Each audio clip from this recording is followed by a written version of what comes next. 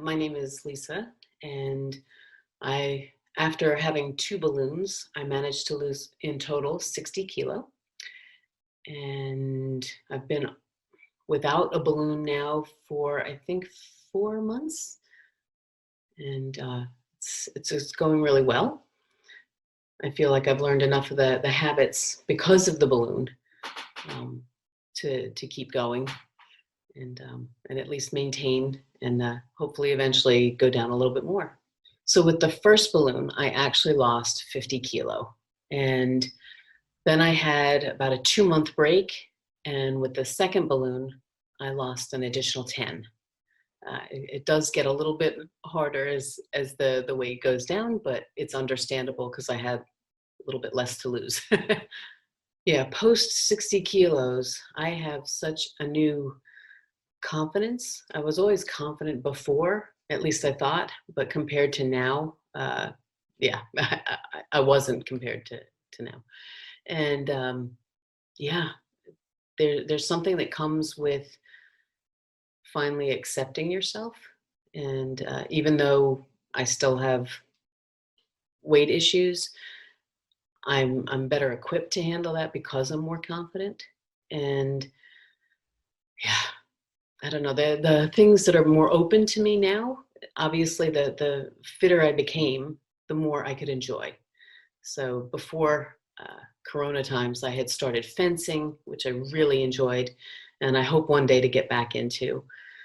But it's also been things like enjoying amusement parks, getting back on roller coasters, and I've experienced zip lining for the first time. I never would have attempted that before. And yeah, I'm out there.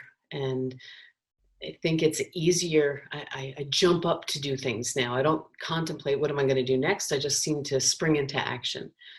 And I think it's a very clear benefit from losing so much weight. It really is worth it in my case.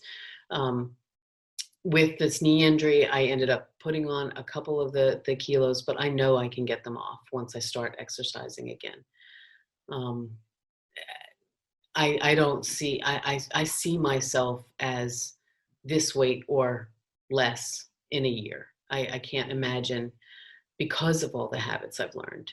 I mean, when I look at food, I have a different relationship with food now. And I know that sounds maybe a little bit dramatic, but undergoing this, in those 4 months, you learn what's important. Okay, I need to get this protein in. I need to get some vegetables in. And even though, of course, I will always look at sweets and think,